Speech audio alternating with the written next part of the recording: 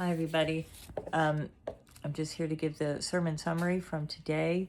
Pastor Nate gave the message at the 10 a.m. Zoom church, and it looked like we had quite a few members there today on the screen. It was really nice to see everyone's faces. I could only see a few at a time, but it was nice to be able to stay home and stay dry and still go to church.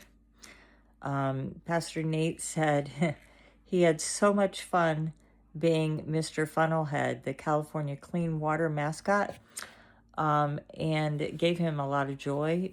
That was his first job, and it gave him a lot of joy to go to work.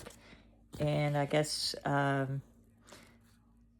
must have been a fun job. I thought it was a pretty funny picture. So anyway, however, he did not enjoy the next few jobs that he had, and it started to show in his work and the lack of thankfulness to have a job. And so he needed to refocus on God to get his work ethic right. And so, in fact, he did straighten that all out, and it did get better. So it's all a matter of how you look at having a job. The idea is no matter whether we love going to work or not, we should always do our best because our work is a gift from God. So no matter what it is, find some reason to do the best you can, no matter what. So it may not be easy. There are some days where it's like extremely difficult. However, we do it to the glory of God. So, and the next part of the message is the Bible character this week is the Apostle Paul.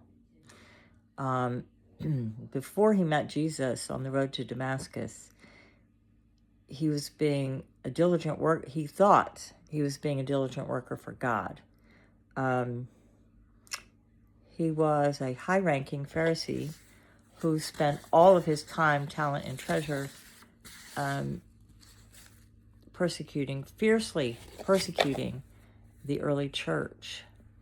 He was Hebrew trained in the law, and by his own understanding of Jesus and the early believers, he was merely persecuting lawless blasphemers. And so he did his best to arrest them and put an end to the early church. However, when the risen Christ met him on the road to Damascus, and the brightness of his countenance blinded Saul, which was his name before Jesus changed it to Paul, and spoke to him, it began the transformation from Saul of Tarsus into the Apostle Paul, who would become a diligent worker for the kingdom, going into Gentile nations and teaching them about what Jesus did for them. Excuse me. My takeaway from this week's message is this: that no matter what work you do it to the glory of God with a thankful heart, that you have work to do it all, considering others first, and how what we do and how we do it affects others' opinions of how a Christian's life should look. Question: do you think it's okay to grumble and complain at work if you don't like your boss or your job? Thanks. Have a great day.